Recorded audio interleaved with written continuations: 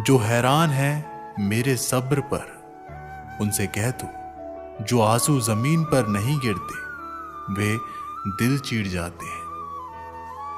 डर रखिए वक्त की मार से, बुरा वक्त किसी को बताकर नहीं आता। ठहर जाते तुम तो शायद तुम्हें मिल जाते।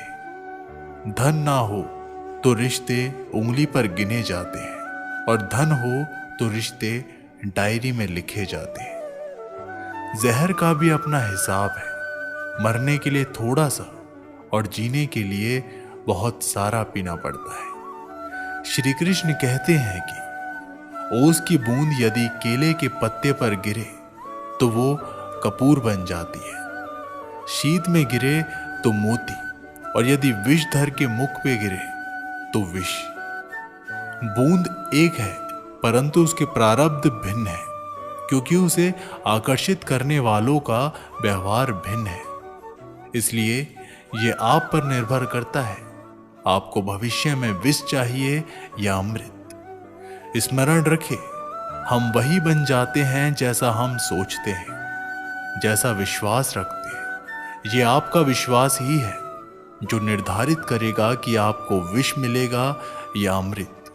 इसलिए अपनी सोच को सुदृढ़ रखिए, सकारात्मक रखिए, और फल भी सकारात्मक ही आएगा। श्री कृष्ण कहते हैं कि अनुभव की भट्टी में जो तपते हैं वो दुनिया के बाजार में वही सिक्के चलते हैं। लोगों की निंदा किए बिना दुष्ट व्यक्ति को आनंद नहीं आता। जैसा कौवा सभी रसों का भोग करता है, परंतु गंदगी के बिना उसकी तृप्ति नहीं होती। जिंदगी एक बार मिलती है, ये बिल्कुल गलत है। सिर्फ मौत एक बार मिलती है, जिंदगी तो हर रोज मिलती है। जब सोच में मोच आ जाती है तब हर रिश्ते में खरोच आ जाती है।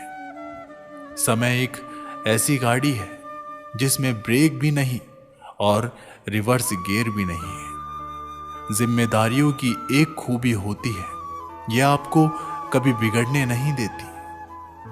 कानून की जरूरत बुरे लोगों के लिए है, क्योंकि सभ्य लोग तो सिर्फ शर्म से ही मर जाते हैं। किसी की तारीफ करने के लिए जिगर चाहिए। बुराई तो बिना हुनर किसी की भी की जा सकती है। जिंदगी में ऊंचा उठने के लिए किसी डिग्री की जरूरत नहीं। अच्छे शब्द ही इंसान को बादशाह बना देते हैं। इंसान एक दुकान है और जुबान उसका ताला है। ताला खोलता है तभी मालूम होता है कि दुकान सोने की है या कोयले की है। मेरी खामोशी से किसी को कोई फर्क नहीं पड़ता, और शिकायत में 2 शब्द कह दूं तो वह चुप जाते हैं। श्री कृष्ण कहते हैं कि जब ये सृष्टि बनी है, नदी की धारा और चट्टान के मध्य सदा संघर्ष रहा है, परंतु हर बार चट्टान की कठोरता को हारना पड़ता है, और नदी की धारा कोमल होते हुए भी कठोर चट्टान को काट देती है। कभी सोचा है ऐसा क्यों होता है? चट्टान इतनी कठोर और जल इतना कोमल, चट्टान इतनी दृढ़ लेकिन जल इतना लचीला होने पर भी सदा जल कठोर चट्टान के मध्य से अपना मार्ग बना ही लेती है। कारण केवल एक है, और वो है लगातार चलने की क्षमता। जल बढ़ता रहता है, चट्टान अडिग रहती है। इसी कारण जल चट्टान को काटकर मार्ग बना लेता है। इसलिए लगातार चलते रहें, रुकिए मत, क्योंकि चट्टान जैसी हर समस्या को आप भी जल की तरह काट सकते हैं। श्री कृष्ण कहते हैं कि हम क्या करते हैं इसका महत्व कम है, किंतु हम उसे किस भाव से करते हैं इसका बहुत ही अधिक महत्व है। फल कुचलने का हुनर भी सीखिए। सांपों के खौफ से जंगल नहीं छोड़ा करते। उदास तो बहुत रहे मगर कभी जाहिर नहीं किया। सब ठीक है, बस इसी शब्द ने सब संभाल लिया। अनुमान गलत हो सकता है, पर अनुभव कभी गलत नहीं होता, क्योंकि अनुमान हमारे मन की कल्पना है और अनुभव हमारे जीवन की सीख।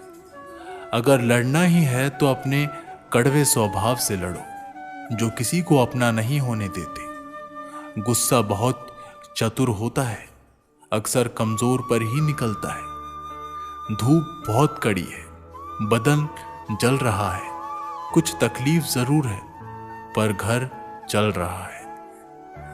वक्त वो तराजू है जनाब जो बुरे वक्त में अपनों का वजन बता देता है। जिसमें नुकसान सहने की ताकत हो वही मुनाफा कमा सकता है, फिर चाहे वो कारोबार हो या रिश्ते। श्री कृष्ण कहते हैं कि जिम्मेदारियां भी खूब परीक्षा लेती है, जो निभाता है उसी को परेशान करती है।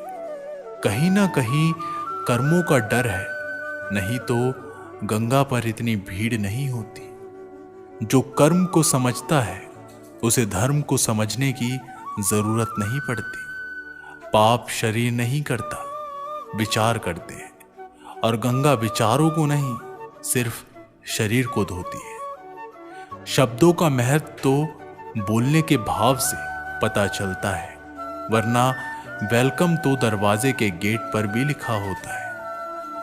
मन की लिखूं तो शब्द रूठ जाते हैं, और सच लिखूं तो अपने रूठ जाते हैं। दोस्त बेशक एक हो, मगर ऐसा हो जो शब्दों से ज्यादा खामोशी को समझे। छोटी सी उम्र में हो गया है जिंदगी का बड़ा तजुर्बा, अब बहुत जल्दी से पहचान लेता हूं मीठे बोलों की कड़वाहट। जिन पैसों में अपनी मेहनत की महक ना हो, वह पैसा सुख के साधन तो दे सकता है, लेकिन मन की शांति नहीं। बचपन कितना खूबसूरत था, तब खिलौने जिंदगी में थे, आज जिंदगी खिलौना है। श्री कृष्ण कहते हैं कि आपने किसी फल को पेड़ से अलग होते हुए देखा है। बड़ा दुख होता है जब आप अपने उद्रम से अलग होते हैं, परंतु ये दूरी भी आवश्यक है। आप फल को ही ले लीजिए, अपने जीवन दाता वृक्ष से अलग होकर ये न केवल किसी की भूख शांत करता है, अपितु इसके भीतर के बीज से एक नए वृक्ष का सर्जन भी होगा और कई फल उगेंगे। सृजन की प्रतिक्रिया में पीड़ा आवश्यक है। यदि पीड़ा नहीं होगी तो सृजन नहीं होगा। पीड़ा अपनों से दूर होने में इस फल की भांति हम मनुष्य को भी अपने उद्गम से, अपने सगे संबंधियों से अलग होना ही पड़ता है, और यही लगाव एक नए सृजन को, एक नई सृष्टि को, एक नए विकास को जन्म देता है। इसलिए ऐसे लगाव से दुखी मत होइए, उसका स्वागत कीजिए, क्योंकि ये विकास ही नींव है। श्री कृष्ण कहते हैं कि गलतफहमी में जीने का मजा ही कुछ और है, वरना हकीकतें अक्सर रुला देती हैं। जब तक रास्ते समझ में आते हैं तब तक लौटने का वक्त हो जाता है। यही जिंदगी है। प्यार नहीं बिकता किसी के लिए, मगर इंसान बिक जाता है अपने मतलब के लिए। फलदार पेड़ और गुणवान व्यक्ति ही झुकते हैं, सूखा पेड़ और मूर्ख व्यक्ति कभी नहीं झुकता है। कद्र किरदार की होती है, वरना कदमे तो इंसान की साये से भी बड़ा होता है। जब भी दुआ मांगो तो सबके लिए मांगो, क्या पता किसी की किस्मत आपकी दुआ की मोहताज हो। किसी को तुम दिल से चाहो और वह तुम्हारी कद्र ना करे तो ये तो उसकी बदनसीबी है, तुम्हारी नहीं। कोशिश में कोई कमी ना रखना। श्री कृष्ण कहते हैं कि अपराध वो भावना है जिसके कारण संसार में सदा दुख ही व्याप्त रहता है। हम सब अपराधियों से घृणा करते हैं, उन्हें कोसते हैं, परंतु क्या कभी विचार किया है कि कोई भी जन्म से अपराधी नहीं होती? तो ऐसा क्या कारण है कि कोई इतना बुरा बन जाता है कि वो बुराई की सीमा ही पार कर जाए? कारण है कामना।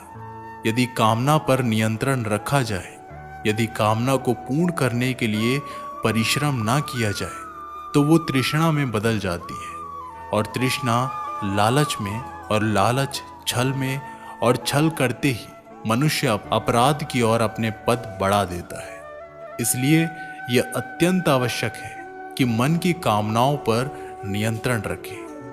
यदि मन पर नियंत्रण रहेगा तो अपराध पर स्वयं ही नियंत्रण हो जाएगा। हम सबका मन करता है कि हम जीवन में ऐसे शिखर पर पहुंचे जहां हमसे ऊपर कोई ना हो, जहां हमें कुछ करने की आवश्यकता ना पड़े। कुछ लोग इस शिखर पर पहुंच भी जाते हैं, परंतु उनका मन सदा विचलित रहता है।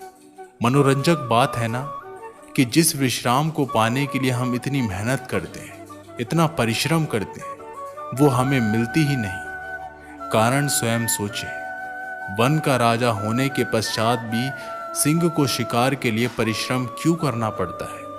क्योंकि राजा होने का अर्थ ये नहीं कि वो सदा सोते रहे और मृग स्वयं उसकी समक्ष आकर कहेगा कि आइए महाराज, मुझे खाकर अपनी भूख मिटाइए। तो ये समझ लीजिए, कार्य आपके परिश्रम से संपन्न होते हैं, केवल कामना से नहीं। यदि आप नीचे हैं तो सदा स्मरण रहे कि आपका परिश्रम ही आपको ऊंचाइयों पर ले जाएगा, और यदि आप ऊंचाइयों पर हैं तो वहां पर भी रहने के लिए आपको निरंतर परिश्रम करते रहना होगा। अर्थात परिश्रम से मुक्ति नहीं है, क्योंकि परिश्रम ही जीवन है। भगवान श्री कृष्ण कहते हैं कि डरो मत, ईश्वर हमेशा तुम्हारे साथ है। जब कभी हमारे मन में डर पैदा होता है तो हम भयभीत हो जाते हैं और कई सवाल मन में उथल पुथल मचाने लगते हैं कि अब क्या होगा, कैसे होगा, क्या हम हार जाएंगे या फिर कहीं ये अंत तो नहीं। हमें अपने आसपास वो सभी चीजें दिखाई देने लगती है जो वास्तव में होती ही नहीं है। श्री कृष्ण कहते हैं कि हमारे मन की कल्पना ही हमारे मन के डर को जन्म देती है, और ये डर हमारे वर्तमान और भविष्य को नष्ट कर देता है। अक्सर हमने देखा होगा कि संसार में सभी लोगों को किसी न किसी वस्तु का या फिर किसी न किसी व्यक्ति का डर हमेशा ही सताता रहता है, और जो सबसे बड़ा डर मनुष्य के मन में घर कर लेता है वो होता है मृत्यु का डर, जो हर एक व्यक्ति को आजीवन परेशान किए रखता है। आपने देखा होगा कि माता पिता अपनी मृत्यु से पहले अपने बच्चे के लिए वो सब कुछ करना चाहते हैं जिससे उनके बच्चों को अपने भविष्य में किसी तरह की कोई परेशानी ना हो और जो उनके जीवन को सरल बना सके। लेकिन क्या ये सही मार्ग है? क्या इससे उनकी संतान अपने भविष्य के प्रति इस डर के भाव को खत्म कर सकती है?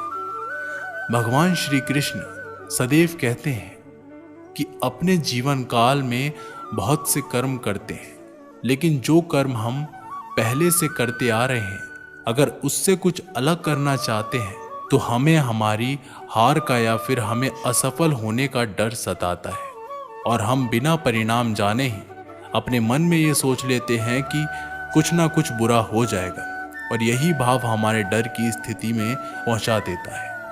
और श्री कृष्ण के अनुसार यही डर हमें अज्ञानता की ओर ले जाता है। वास्तव में अज्ञानता का पहला चरण है भय। भय जो श्रेष्ठ से श्रेष्ठ मनुष्य के विवेक को हर लेता है। जरा स्वयं ही अनुमान लगाइए कि कोई आपको तैराकी के लिए कह दे, लेकिन आज से पहले आपने कभी भी तैराकी नहीं की है, तो आप अपनी तैराकी सीखने से पहले ही अपने मन में ये डर बैठा लेते हैं कि कहीं आप डूब ना जाए या फिर आपके साथ कोई अनहोनी ना हो जाए, तो आजीवन आप तैराकी सीख नहीं पाएंगे और अज्ञानी रह जाएंगे। फिर चाहे आपके पास ब्रह्मांड का सबसे उत्तम गुरु ही क्यों ना हो। श्री कृष्ण कहते हैं कि इस डर को पीछे छोड़कर सफलता के मार्ग पर पड़ना जरूरी है, और यदि हम अपने डर से पीछा छुड़ाना चाहते हैं तो हमें अपनी आरामदायक स्थिति को त्यागना ही होगा। जब तक हमारा मन स्वयं को कष्ट देने से डरता रहता है, तब तक हमें कुछ भी नया करने से पहले हार जाने का या फिर कोई अनहोनी हो जाने का भय सताता है। इसलिए श्री कृष्ण कहते हैं कि यदि हम डर को जितना चाहते हैं तो हमें डर का सामना खुद ही करना होगा और अपने हृदय को कठोर बनाना होगा। तब जाकर हम इस डर की परिस्थिति से बाहर आ पाएंगे। श्री कृष्ण कहते हैं कि अगर हमें अपने डर पर विजय प्राप्त करनी है तो हम परिणाम की चिंता नहीं करते। कर्म करते जाओ, फल की चिंता मत करो। स्वयं समय आने पर फल आपको अपने आप ही मिल जाएगा। और यदि हम फल की चिंता किए बिना स्वतंत्र रूप से कर्म करते हैं तो निश्चित ही परिणाम में स्वादिष्ट फल चखने के लिए मिलते हैं। इसी स्थिति का यदि आप कलयुग के अनुसार देखेंगे तो श्री कृष्ण स्वयं कहते हैं कि कोई भी परिस्थिति को कैसे भी हालात हो, वो सदैव जीव आत्मा के साथ रहते हैं और अपना कर्म करते जाओ और भयभीत होने की कोई भी आशंका मत छोड़ो, क्योंकि वो सदैव अपनी संतान के साथ में है। फिर आप कैसी भी मुश्किल परिस्थितियों में क्यों ना हो, चाहे कितने भी दुर्गम हालात हो, चाहे ब्रह्मांड में हो, दुनिया में कोई भी आपका साथ दे या ना दे, लेकिन ईश्वर सदैव आपके साथ रहेगा। एक गांव में एक किसान रहता था। उसका गांव के बाहर एक छोटा सा खेत था। एक बार फसल बोने के कुछ दिनों बाद उसके खेत में चिड़िया ने घोंसला बना लिया। कुछ समय बीता तो चिड़िया ने वहां 2 अंडे भी दिए। उन दोनों अंडे में से 2 छोटे छोटे बच्चे निकल आए। वे बड़े मजे से उस खेत में अपना जीवन गुजारने लगे। कुछ महीनों बाद फसल काटने का समय आ गया। गांव के सभी किसान अपने खेत की फसल की कटाई में लग गए। अब चिड़िया और उसके बच्चों का वह खेत छोड़कर नए स्थान पर जाने का समय आ गया था। एक दिन खेत में चिड़िया के बच्चों ने किसान को ये कहते सुना कि कल मैं फसल कटाई के लिए अपने पड़ोसी से पूछूंगा और उसे खेत में भेजूंगा। ये सुनकर चिड़िया के बच्चे परेशान हो गए। उस समय चिड़िया कहीं गई हुई थी।